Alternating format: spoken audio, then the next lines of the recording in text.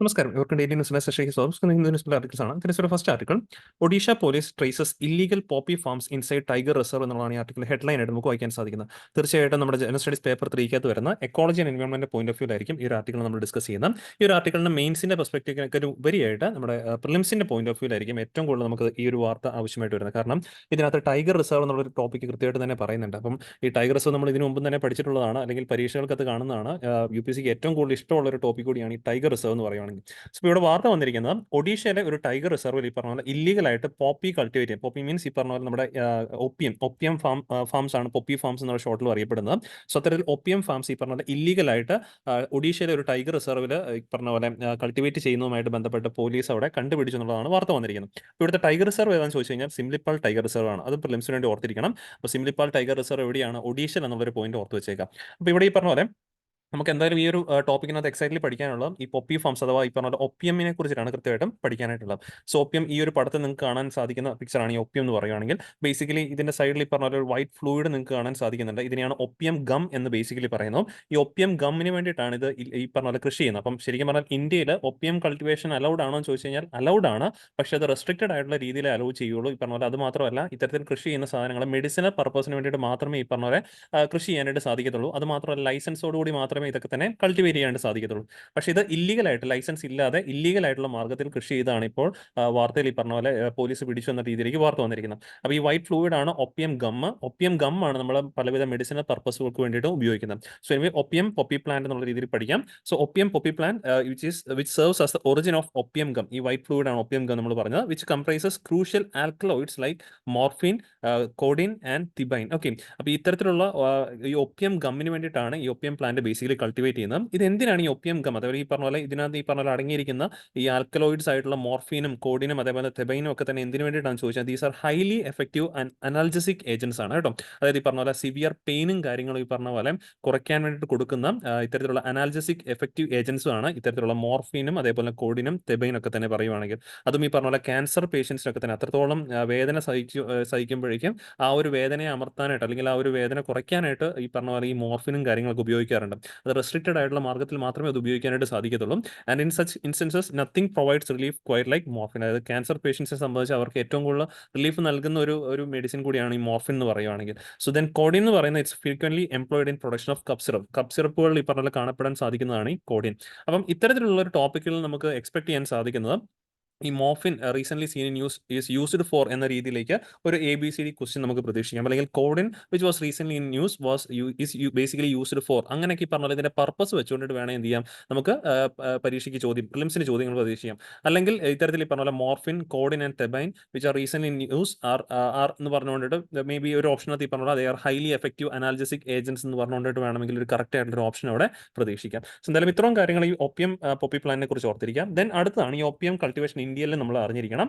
India is one of the few countries that legally grow opium poppy. And ഇന്ത്യയിൽ ഈ പറഞ്ഞത് legally grow ചെയ്യാനായിട്ട് സാധിക്കും. And India is the only country which legally produces opium gum. നമ്മൾ ആ white fluid ആയിട്ട് കണ്ടാണ് opium gum. Narcotics, Drugs and Psychotropic Substance Act 1985 empowers central government to permit and regulate cultivation of opium poppy for medicinal and scientific purposes. അപ്പോൾ ഇന്ത്യയിൽ ഇത് cultivate ചെയ്യാൻ സാധിക്കുന്ന എന്ത് പർപ്പസിന് വേണ്ടിയിട്ട് മാത്രമേ ഉള്ളൂ? മെഡിസിനൽ ആൻഡ് സയന്റിഫിക് പർപ്പസിന് വേണ്ടിയിട്ട് മാത്രമേ നമുക്ക് ഈ ഒപ്പിയം പോപ്പി ഇവിടെ നമുക്ക് കൾട്ടിവേറ്റ് ചെയ്യാനായിട്ട് സാധിക്കത്തുള്ളൂ. ഇനി ഇത് ഏത് ആക്ട് ആണ് ഇത് കൾട്ടിവേറ്റ് ചെയ്യാനായിട്ട് ഇത് സഹായിക്കുന്നത് ചോദിച്ചു കഴിഞ്ഞാൽ narcotics, drugs and psychotropic substance act 1985 പ്രകാരമാണ് സെൻട്രൽ ഗവൺമെന്റ് ആണ് ഇതിനുള്ള ലൈസൻസും കാര്യങ്ങളൊക്കെ നൽകാനായിട്ടുള്ള അധികാരവും ഒക്കെ തന്നെ കൊടുത്തിരിക്കുന്നത്. എന്തിനു മാത്രമേ പറ്റുള്ളൂ? മെഡിസിനൽ ആൻഡ് സയന്റിഫിക് പർപ്പസിന് മാത്രമേ സാധിക്കുന്നുള്ള കാര്യം ഓർക്കാം. Then government of India notifies the tracks where opium cultivation can be licensed as well as general conditions for issuance of license every year. എല്ലാ വർഷവും ഇതിന്റെ ലൈസൻസുമായിട്ട് ബന്ധപ്പെട്ട നോട്ടിഫിക്കേഷൻ സെൻട്രൽ ഗവൺമെന്റ് ഇഷ്യൂ ചെയ്യാറുണ്ട്. സോ ഇന്ത്യയിൽ ഒപ്പിയം കൾട്ടിവേഷൻ പെർമിറ്റ് ചെയ്തിരിക്കുന്ന notified ആയിട്ടുള്ള areas എവിടെയാണെന്ന് ചോദിച്ചു കഴിഞ്ഞാൽ the States of Madhya Pradesh, Rajasthan, Uttar Pradesh. അപ്പോൾ ഓർത്തിരിക്കുക, ഇന്ത്യയിൽ ഒപ്പിയം കൾട്ടിവേഷൻ ലീഗലി പെർമിറ്റ് ചെയ്തിരിക്കുന്ന സ്ഥലങ്ങൾ മധ്യപ്രദേശിലും രാജസ്ഥാനിലും ഉത്തർപ്രദേശിലും മാത്രമാണ്. അല്ലാണ്ട് ത്രൂ ഔട്ട് ഇന്ത്യയിൽ അധികാരം കൊടുത്തിട്ടില്ല. സോ ഇന്ത്യയിൽ 3 സംസ്ഥാനങ്ങളിലെ അതിനുള്ള പെർമിഷൻ കൊടുത്തിട്ടുള്ളൂ. ആൻഡ് ഇതിൽ തന്നെ ഏറ്റവും കൂടുതൽ നമ്മൾ കൃഷി ചെയ്യുന്ന മധ്യപ്രദേശിലെ മാൻഡസൂർ ഡിസ്ട്രിക്റ്റിലാണെന്നുള്ള കാര്യം ഓർക്കും. Almost 80% of total area is constituted with Opium cultivation ആണ്. സോ ഇനി ഈ പറഞ്ഞ പോലെ ഒരു കാര്യം കൂടെ മനസ്സിലാക്കിയിരിക്കണം. ഇവിടുന്ന് ഒരു പൊട്ടൻഷ്യൽ ആയിട്ടുള്ള പ്രിലിംസിന്റെ ക്വസ്റ്റ്യൻ കൂടെ നമ്മൾ ആഡ് ചെയ്തിട്ടുണ്ട്. In India which of the following is responsible for issuing licences to the farmers to cultivate opium poppy. Opium poppy cultivate ചെയ്യാനായിട്ട് ഇന്ത്യയിൽ ഈ പെർമിഷൻ കൂടെ സെൻട്രൽ ഗവൺമെന്റ് ആണെന്ന് പറഞ്ഞു. സെൻട്രൽ ഗവൺമെന്റിന്റെ ഏത് ഡിപ്പാർട്ട്മെന്റ് ആണെന്നുള്ള കാര്യം നിങ്ങളൊന്ന് ജസ്റ്റ് സെർച്ച് ചെയ്തിട്ട് കമന്റ് ബോക്സിൽ രേഖപ്പെടുത്തുക. 4 ABCD ഓപ്ഷൻ തന്നിട്ടുണ്ട്. ഇതിനകത്ത് ഏത് ഓപ്ഷനിൽ വരുന്ന വരുന്ന ഡിപ്പാർട്ട്മെന്റ് ആണ് അല്ലെങ്കിൽ ഏത് ഓർഗനൈസേഷൻ ആണ് ഒപ്പിയം പോപ്പി കൾട്ടിവേറ്റ് ചെയ്യാൻ ഫാമേഴ്സിന് ലൈസൻസ് കൊടുക്കുന്നത് എന്നുള്ളൊരു പോയിന്റ് ജസ്റ്റ് ഒന്ന് റെഫർ ചെയ്തിട്ട് നമ്മുടെ കമന്റ് ബോക്സിൽ ആൻസർ ആയിട്ടൊന്ന് രേഖപ്പെടുത്തുക. ഓക്കെ, അപ്പം ഇങ്ങനെയുള്ള ക്വസ്റ്റ്യൻസ് ആണ് നമ്മൾ ഈ ഒരു ടോപ്പിക്കിൽ നിന്ന് പ്രതീക്ഷിക്കേണ്ടത്. ഇനി നമുക്ക് അടുത്തൊരു ആർട്ടിക്കിലേക്ക് മൂവ് ഓൺ ചെയ്യാം. ശരിക്കും പറഞ്ഞു കഴിഞ്ഞാൽ ന്യൂസ് പേപ്പറിലെ ആർട്ടിക്കിൾസ് വളരെ കുറവാണ്. കാരണം ഇനിയുള്ള ദിവസങ്ങളിൽ നിങ്ങൾ അത്രയും വളരെ സെലക്റ്റീവ് ആയിരിക്കണം. കാരണം കൂടുതൽ പേജുകളിൽ ഈ പറഞ്ഞ പോലെ ഇലക്ഷനുമായിട്ട് ബന്ധപ്പെട്ട വാർത്തകളായിരിക്കും കൂടുതലും വരുന്നുണ്ടാവുക. സോ അതുപോലെ തന്നെ ഈ പറഞ്ഞ പോലെ നമുക്ക് വളരെ ഇറവലന്റ് ആയിട്ട് മാറാനുള്ള സാധ്യതകളുണ്ട്. കുറേ ആർട്ടിക്കിൾസ് ഒക്കെ അല്ലെങ്കിൽ റിപ്പീറ്റഡ് ആയിട്ടുള്ള ഒരുപാട് ആർട്ടിക്കിൾസ് വന്നേക്കാം. സോ അത്തരത്തിൽ ഈ പറഞ്ഞ പോലെ എഡിറ്റോറിയൽ പേജിലും ഇലക്ഷനുമായിട്ട് ബന്ധപ്പെട്ട ഒരുപാട് ആർട്ടിക്കിൾസ് ഉണ്ട്.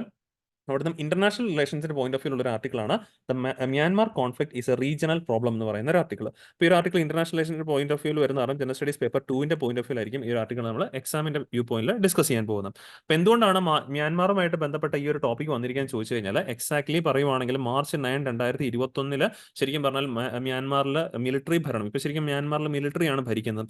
അവർ ആ മിലിറ്ററി ഭരണം ഏറ്റെടുത്തത് മാർച്ച് 9, 2021 ഓൾമോസ്റ്റ് ഇപ്പോൾ 3 വർഷത്തോളമായി അവിടെ മിലിറ്ററി ഭരിക്കുന്നത്. ശരിക്കും പറഞ്ഞാൽ ഓങ് സാങ് സുചിയുടെ നേതൃത്വത്തിൽ ഒരു ഡെമോക്രാറ്റിക് ആയിട്ടുള്ള ഗവൺമെന്റ് അവിടെ ഇലക്ട് ചെയ്യപ്പെട്ട ഗവൺമെന്റ് അവിടെ ഉണ്ടായിരുന്നു. ആ ഗവൺമെന്റിനെയാണ് അട്ടിമറിച്ചുകൊണ്ടിട്ട് ഇപ്പോൾ മിലിറ്ററി അവിടെ ഭരണം നടത്തിക്കൊണ്ടിരിക്കുന്നത്. സോ ആ ഒരു വിഷയത്തിൽ ഇപ്പോഴും നമുക്കൊരു സൊല്യൂഷൻ കണ്ടെത്താനായിട്ട് സാധിച്ചിട്ടില്ല എന്നുള്ളതാണ് ഈ ഒരു ആർട്ടിക്കിൾ അത് മെയിനായിട്ട് ഡിസ്കസ് ചെയ്യുന്നത്. അതിനകത്ത് ഏറ്റവും കൂടുതൽ ഡിസ്കസ് ചെയ്യുന്ന ആസിയാന്റെ കാര്യങ്ങളാണ്. കാരണം ആസിയാൻ എന്ന് പറഞ്ഞാൽ association of South East Asian Nations എന്നുള്ളതാണ്. ഇതിനു മുമ്പ് നമ്മൾ ആർട്ടിക്കിൾസിനകത്ത് ഡിസ്കസ് ചെയ്തിട്ടുണ്ടായിരുന്നു. എന്തായാലും ഫസ്റ്റ് ഓഫ് ഓൾ ഈ ഒരു ടോപ്പിക്കിൽ നിന്നും ഈ മാപ്പ് നമ്മൾ മനസ്സിലാക്കി വെച്ചേക്കുക. ഇത് മ്യാൻമാറും അതേപോലെ തന്നെ ഇന്ത്യയും തമ്മിൽ ഷെയർ ചെയ്യുന്ന ബൗണ്ടറി മാപ്പാണ് ഇവിടെ നമുക്ക് കാണാൻ സാധിക്കുന്നത്. സോ ഇവിടെ നോക്കിയും മ്യാൻമാർ ഏതൊക്കെ ഇന്ത്യൻ സംസ്ഥാനങ്ങളുമായിട്ട് അതിർത്തി പങ്കിടുന്നത്? Mizoram, then Manipur, Nagaland and Arunachal Pradesh. ഇത് നമുക്ക് പ്രിലിംസിനൊക്കെ വേണമെങ്കിൽ ചോദ്യമായിട്ട് വരാം. മ്യാൻമാർ പറഞ്ഞ പോലെ അതിർത്തി പങ്കിടുന്ന ഇന്ത്യൻ സംസ്ഥാനങ്ങൾ ആരൊക്കെയാണ്? മിസോറാം, മണിപ്പൂർ, നാഗാലാൻഡ് ആൻഡ് അരുണാചൽ പ്രദേശ് ആണ്. സോ ഇവിടെ തന്നെ നോക്കിയ ഒരു കാര്യം കൂടെ നമുക്ക് കണ്ടാൽ മനസ്സിലാക്കാൻ പറ്റും. ഈ മിസോറാമിനോട് ഈ പറഞ്ഞ പോലെ മിസോറാം എന്ന് പറയുന്ന ഈ ഒരു സ്റ്റേറ്റ് ഉണ്ടല്ലോ, ഇത് മിസോറാം ആണ്. മിസോറാം നോക്കിയ റൈറ്റ് സൈഡിൽ മ്യാൻമാറുമായിട്ട് ബൗണ്ടറി ഷെയർ ചെയ്യുന്നുണ്ട്, ലെഫ്റ്റ് സൈഡിൽ ഈ പറഞ്ഞ പോലെ ഇത് ബംഗ്ലാദേശിന്റെ ഏരിയ ആണ്, ബംഗ്ലാദേശുമായിട്ടും അതിർത്തി പങ്കിടുന്നുണ്ട്. സോ അത്തരത്തിൽ ഇന്ത്യയുടെ ചില സംസ്ഥാനങ്ങൾ രണ്ട് ഇന്റർനാഷണൽ രാജ്യങ്ങളുമായിട്ട് ഈ പറഞ്ഞ ബൗണ്ടറി ഷെയർ ചെയ്യുന്നുണ്ട്. ഒന്ന് ഈ പറഞ്ഞ അരുണാചൽ പ്രദേശ് നോക്കിയാലും കാണാൻ സാധിക്കും. അരുണാചൽ പ്രദേശ് ചൈനയായിട്ടുണ്ട്, അതേപോലെ തന്നെ നമ്മുടെ മ്യാൻമാറുമായിട്ടുണ്ട്. പിന്നെ ഇവിടെ നോക്കുമ്പോഴേക്കും ഭൂട്ടാനുമായിട്ടും അതിർത്തി പങ്കിടുന്നുണ്ട്. സോ അങ്ങനെയൊക്കെ നോക്കിയിരിക്കുന്നത് വളരെ നല്ലതായിരിക്കും. എത്ര രാജ്യങ്ങളുമായിട്ട് നമ്മുടെ സംസ്ഥാനങ്ങൾ ഈ പറഞ്ഞ അതിർത്തി പങ്കിടുന്നുണ്ട്, സോ അങ്ങനത്തെ പോയിന്റ് ഓഫ് വ്യൂലൊക്കെ നോക്കുന്നത് ഏറ്റവും നല്ലതായിരിക്കും. സോ ഇവിടെ മിസോറാം നോക്കുമ്പോഴേക്കും ഇപ്പുറത്ത് ബംഗ്ലാദേശുമായിട്ടും മ്യാൻമാറുമായിട്ട് അതിർത്തി പങ്കിടുന്നുണ്ട്. മ്യാൻമാർ അതിർത്തി പങ്കിടുന്ന 4 ഇന്ത്യൻ സംസ്ഥാനങ്ങളുണ്ട്: മിസോറാം, മണിപ്പൂർ, നാഗാലാൻഡ് ആൻഡ് അരുണാചൽ പ്രദേശ്. ദെൻ അടുത്ത വ്യൂ പോയിന്റ് ആണ് ഇതിനകത്ത് ആസിയാനെ കുറിച്ചാണ് ഡിസ്കസ് ചെയ്യുന്നത് പറഞ്ഞല്ലോ. ആസിയാൻ ശരിക്കും പറഞ്ഞു കഴിഞ്ഞാൽ association of South East Asian Nations ആണ്. അടുത്ത സ്ലൈഡിൽ നമുക്ക് അവരെ കുറിച്ച് ഡിസ്കസ് ചെയ്യാം. സോ എന്തായാലും ആസിയാൻ ഈ ഒരു പ്രശ്നത്തിൽ മ്യാൻമാറിലെ ആ ഒരു മിലിറ്ററി ഭരണത്തിന്റെ ആ ഒരു പ്രശ്നത്തിൽ ഇടപെടാനായിട്ട് ശ്രമിച്ചിട്ടുണ്ടായിരുന്നു. ആസിയാൻ 5 പോയിന്റ് കൺസെൻസസ് എന്ന് പറഞ്ഞ ഫ്രെയിം വർക്ക് ഒക്കെ തയ്യാറാക്കിയിട്ടുണ്ടായിരുന്നു to address the crisis in മ്യാൻമാറിന് വേണ്ടിയിട്ട്. സോ ഇത് എന്തൊക്കെയാണ് അഡ്രസ് ചെയ്യാൻ ഉദ്ദേശിച്ചെന്ന് ചോദിച്ചു കഴിഞ്ഞാൽ അവിടെ ഈ പറഞ്ഞ മിലിറ്ററി ആയിട്ട് ചേർന്ന് ചർച്ച നടത്തുക, ഒരു സമാധാനപരമായ ചർച്ച നടത്തുക, ഒരു മീഡിയേഷൻ ഫെസിലിറ്റേറ്റ് ചെയ്യുക, അതുപോലെ തന്നെ ഈ പറഞ്ഞ ഹ്യൂമാനിറ്റേറിയൻ ആയിട്ടുള്ള എയ്ഡ് സഹായങ്ങളും കാര്യങ്ങളൊക്കെ അവിടെ കൊടുക്കുക. ഈ ഒരു ആസിയാന്റെ എൻവോയ് ഒരു വ്യക്തി പറഞ്ഞ പോലെ അതിനെ ചുമതലപ്പെട്ടിരിക്കുന്ന വ്യക്തി പറഞ്ഞ പോലെ മ്യാൻമാർ സന്ദർശിക്കുക, അവിടെ ഈ പറഞ്ഞ പോലെ പാർട്ടീസുമായിട്ട് ചർച്ചകളും കാര്യങ്ങളൊക്കെ നടത്തുക തുടങ്ങിയ കാര്യങ്ങളൊക്കെ ആയിരുന്നു ഈ 5 പോയിന്റ് കൺസെൻസസ് അത് ഉണ്ടായിരുന്നത്. പക്ഷേ ഇത് ദൗർഭാഗ്യവശാൽ ഈ പറഞ്ഞ പോലെ സക്സസ്ഫുൾ ആയില്ല, ഫെയിൽ ആയി പോവുകയാണ് ചെയ്തിട്ടുണ്ടായിരുന്നത്. അതുകൊണ്ടാണ് ഇപ്പോഴും ഈ പറഞ്ഞ പോലെ ഒരു എൻഡ് ടു എൻഡ് സൊല്യൂഷൻ ഉണ്ടാക്കാനായിട്ട് സാധിച്ചിട്ടുണ്ടായിരുന്നില്ല. ഇപ്പോഴും മ്യാൻമാറിൽ എന്തിന്റെ ഭരണം തന്നെയാണ് നടക്കുന്നത്? മിലിറ്ററിയുടെ ഭരണം തന്നെയാണ്. സോ ഇനിയും ഈ വേണ്ടത് എന്താണെന്നുള്ള പോയിന്റ്, അതായത് ആസിയാന്റെ ഈ ഒരു 5 പോയിന്റ് കൺസെൻസസ് ഫെയിൽ ആയി പോയി. ഇനി ശരിക്കും വേണ്ടത് ലോകരാജ്യങ്ങൾ എല്ലാവരും കൂടെ ഐക്യരാഷ്ട്രസഭയുടെ ഒക്കെ തന്നെ നേതൃത്വത്തിൽ ഈ ആസിയാനും ഒക്കെ ആയിട്ട് ചേർന്ന് ഈ പറഞ്ഞ ഇന്റർനാഷണൽ പ്രഷർ എവിടെ ചെലുത്തുക? മ്യാൻമാറിൽ ചെലുത്തുക. അത് വന്നെങ്കിൽ മാത്രമേ ഉള്ളൂ ആ മ്യാൻമാറിൽ ഈ പറഞ്ഞ പോലെ ഒരു ഡെമോക്രാറ്റിക് ആയിട്ടുള്ള ഇലക്ഷൻ വീണ്ടും നടന്ന് അവിടെ ഒരു ഡെമോക്രാറ്റിക് ഗവൺമെന്റിനെ തിരിച്ചു വരാനായിട്ട് സാധിക്കത്തുള്ളൂ എന്നുള്ളതാണ് ഈ ഒരു ആർട്ടിക്കിളിനകത്ത് ചുരുക്കത്തിൽ പറഞ്ഞിരിക്കുന്നത്. സോ ഇനി നമുക്ക് എക്സാമിന്റെ പോയിന്റ് ഓഫ് വ്യൂ ഇവിടെ പഠിക്കേണ്ടതെന്ന് പറഞ്ഞു കഴിഞ്ഞാൽ എന്തൊക്കെയാണെന്ന് വെച്ചാൽ ഒന്ന് ആസിയാന്റെ കാര്യമാണ്. ഒന്ന് നമ്മൾ മ്യാൻമാറിന്റെ മാപ്പ് കണ്ടു. ഇനി അടുത്ത് നോക്കാനുള്ള ആസിയാന്റെ കുറച്ച് കാര്യങ്ങളാണ്. So ASEAN stands for association of South East Asian Nations ആണ്. is a regional organization which was established to promote political and social stability amid rising tensions among the Asia Pacific post-colonial state.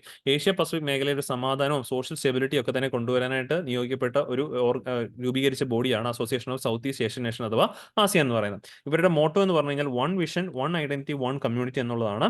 Then 8th of every year August ആണ് ASEAN day ആയിട്ട് ആചരിക്കുന്നത്. ആസിയാന്റെ secretariat ഇന്തോനേഷ്യയിലാണെന്നുള്ളൊരു point, ഇന്തോനേഷ്യയിലെ ജക്കാർത്തയിൽ എന്നുള്ള കാര്യം ഓർത്തിരിക്കുക. ഇനി ഏതൊക്കെ രാജ്യങ്ങളാണ് ആസിയാന്റെ members nation ചോദിച്ചാൽ 10 രാജ്യങ്ങളുണ്ട്: Indonesia, Malaysia, Philippines, Singapore, Thailand, Brunei, Vietnam, Laos, Myanmar and Cambodia. ബാക്കിയുള്ള മ്യാൻമാർ ആസിയാന്റെ ഒരു രാജ്യം തന്നെയാണ്. സോ എന്തായാലും ഇങ്ങനെ മൊത്തം 10 രാജ്യങ്ങളാണ് ആസിയാന്റെ മെമ്പേഴ്സ് ആയിട്ട് നിലവിലുള്ളത്. സോ ആ മെമ്പർഷിപ്പ് ആസിയാൻ +6 ഇന്ത്യ മെമ്പർ ആയിട്ട് വരുന്നുള്ള ഒരു പോയിന്റും കൂടെ ഓർത്ത് വെച്ചേക്കാം. അല്ലാണ്ട് ആസിയാനകത്ത് ഇന്ത്യ മെമ്പർ അല്ല എന്നുള്ളൊരു പോയിന്റ് കൃത്യമായിട്ട് മനസ്സിൽ വെച്ചേക്കണം. പരീക്ഷയ്ക്ക് തന്നെ ചോദിക്കാൻ സാധ്യതയുള്ളതാണ്. അപ്പോൾ ഇത്രയും ടോപ്പിക്സ് ആണ് ശരിക്കും നമുക്ക് പറഞ്ഞ 10 DNA പോയിന്റ് ഓഫ് വ്യൂലുള്ള നമുക്ക് ഡിസ്കസ് ചെയ്യാനുണ്ടായിരുന്നു. അപ്പോൾ ഇന്ന് ഡിസ്കസ് ചെയ്ത ടോപ്പിക്സ് എല്ലാവർക്കും ക്ലിയർ ആണെന്ന് വിശ്വസിക്കുന്നു. വീണ്ടും നമുക്ക് അടുത്ത ദിവസം കാണാം. Thank you.